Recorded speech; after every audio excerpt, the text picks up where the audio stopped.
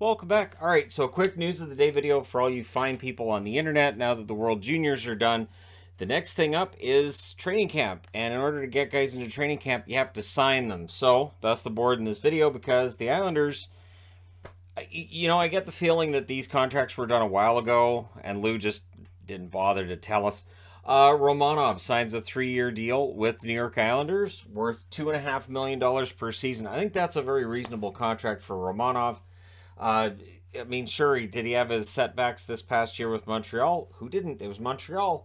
It was a disastrous season overall. And Romanov's still very young, good young defenseman. And another good young defenseman signed as well, Noah Dobson, signs a 3-year deal worth $4 million per season. I think this contract's going to age well.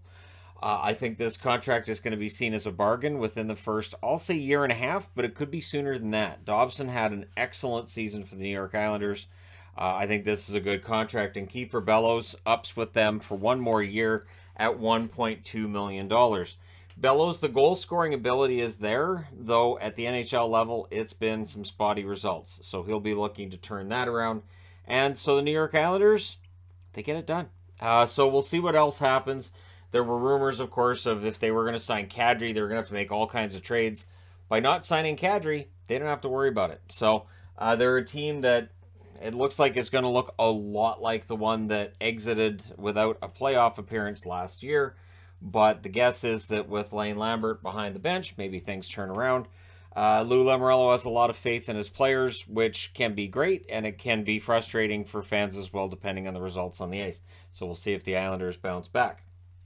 The Nashville Predators have assigned Joakim Kemell to JYP of Liga, meaning they don't see him as being ready for the National Hockey League yet. He had a very good World Juniors, though.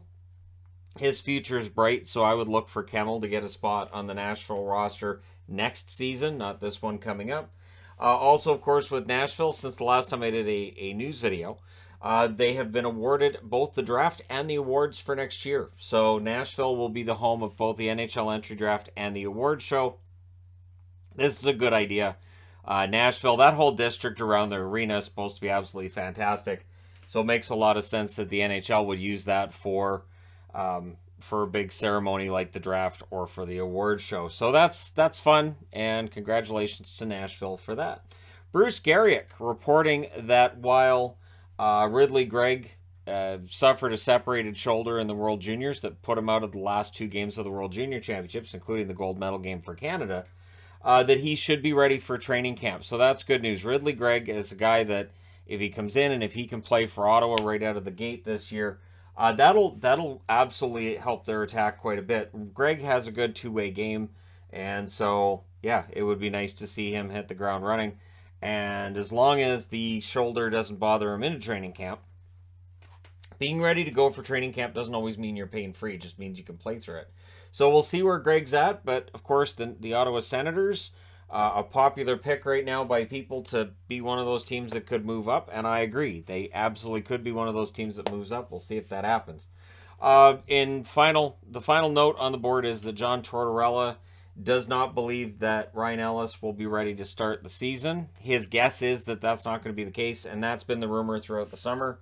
Ellis is an excellent defenseman when he's healthy. The problem in Philadelphia has been he has not been healthy since arriving from Nashville. So for Ellis, the sooner he can go back and play for Philadelphia, the better things look on their blue line. He is, as I said, very good top 4 blue liner, but he's got to be healthy, and that's the trick right now. So if he starts the season with the team, if he can prove the doubters wrong, I think Ellis can be a big part of a turnaround for Philadelphia, if that is in fact the case.